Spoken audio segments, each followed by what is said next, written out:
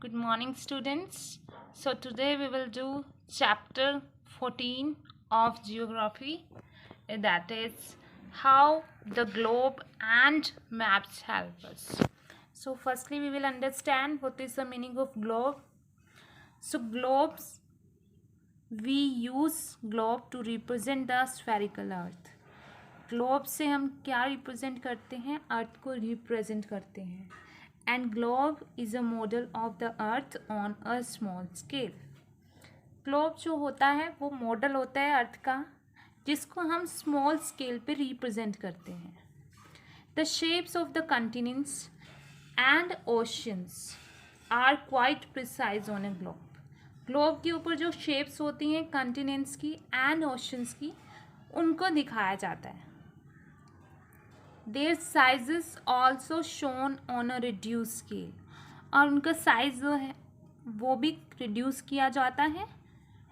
But detail जो होती हैं small towns, village of a country, उसको हम ग्लोब पे शो नहीं कर सकते हैं. लार्जर ग्लोब्स जो होते हैं वो ज़्यादा डिटेल शो करते हैं, बट ग्लोब्स को हैंडल करना बहुत डिफ़िकल्ट होता है. सो बट दीज डेज जो पॉकेट ग्लोब्स हैं वो आ चुके हैं, which can be inflated when required. और उनको आप इन्फ्लेट का मतलब होता है फुलाना. सो आप पॉकेट ग्लोब्स को इन्फ्लेट कर सकते हो जब भी आपको ज़रूरत होती है. सेकेंड है मैप्स. मैप्स जो होते हैं वो आपको अर्थ का सरफेस आइदर होल और पार्ट ऑफ इट, या तो उसका पूरे का पूरा हिस्सा बताएंगे या उसका एक पार्ट बताते हैं, जिसको आप रिप्रेजेंट करते हो पेपर के ऊपर. वो रिप्रेजेंटेशन जो होती है उसको आप मैप बोलते हो.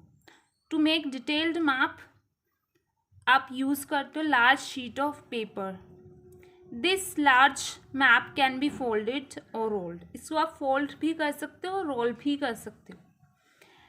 मैप्स के ऊपर डिटेल्स दिखाई जाती हैं वेरियस कंटिनेंट्स की, कंट्रीज, जिसको आप पुट करते हो एक बुक में. ये बुक होती है डिफरेंट कंटिनेंट्स, कंट्रीज के मैप्स जो होते हैं साथ में इकट्ठे रखे जाते हैं. बुक ऑफ मैप्स को आप एन एटलास भी बोलते हो. जिस बुक के अंदर बहुत सारे मैप्स रखे जाते हैं और इकट्ठे रखे जाते हैं उसको आप एटलास भी बोलते हो. सो मैप्स जो होते हैं वो एटलास होते हैं जिनमें बहुत सारी इंफॉर्मेशंस कंटेन होती है. ग्लोब से भी ज़्यादा इंफॉर्मेशन कंटेन होती है मैप्स के अंदर.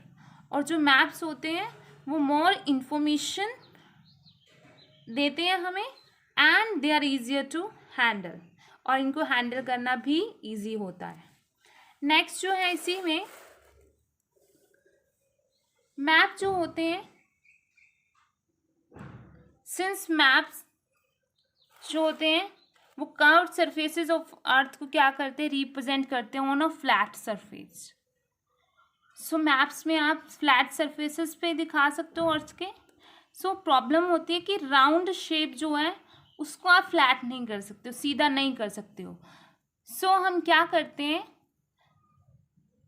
parts of the world on a flat surface, and the shapes and size of the continent and ocean जो होते हैं वो डिस्टोर्ट हो जाते हैं, मुड़ जाते हैं, क्योंकि जो शेप्स हैं, साइज है. अब ग्लोब जो है वो सर्कुलर शेप में होता है, तो आप उसको फ्लैट सरफेस पे, सीधे सरफेस पे नहीं दिखा सकते. क्यों? फिर बाद में क्या हो जाएगा, जो साइज है कंटिनेंट्स और ओशंस का, ये शेप्स हैं, उनमें क्या डिस्टोर्शन आ जाते हैं. सो मैक्सिमम डिस्टोर्शन जो होता है वो कहाँ पर होता है, पोल्स पे. So you can understand with the help of simple experiment. आपने एक एक्सपेरिमेंट करना है, आपने एक पीस ऑफ पेपर लेना है और उसको रैप करना है ग्लोब के चारों तरफ. सो हमें क्या देखने को मिलेगा कि ग्लोब्स को आप पीस ऑफ पेपर से कवर नहीं कर सकते हो विदाउट मेकिंग फॉल्स और क्रीसेस. अगर आपको ग्लोब को क्या करना है, पेपर से रैप अप करना है तो वहाँ पे क्रीजेस पड़ जाएंगे और फोल्स बन जाएंगे। So maximum number of folds जहाँ पर बनेंगे वो बनेंगे नॉर्थ पोल पे और साउथ पोल पे। सो जब आप पेपर को अनरैप्ड करोगे, आप पेपर को निकाल दे, तो जो नॉर्थ पोल है वो साउथ पोल है वो स्ट्रेट लाइन बन जाएंगे, जो कि फिगर में दिखाए हुए हैं।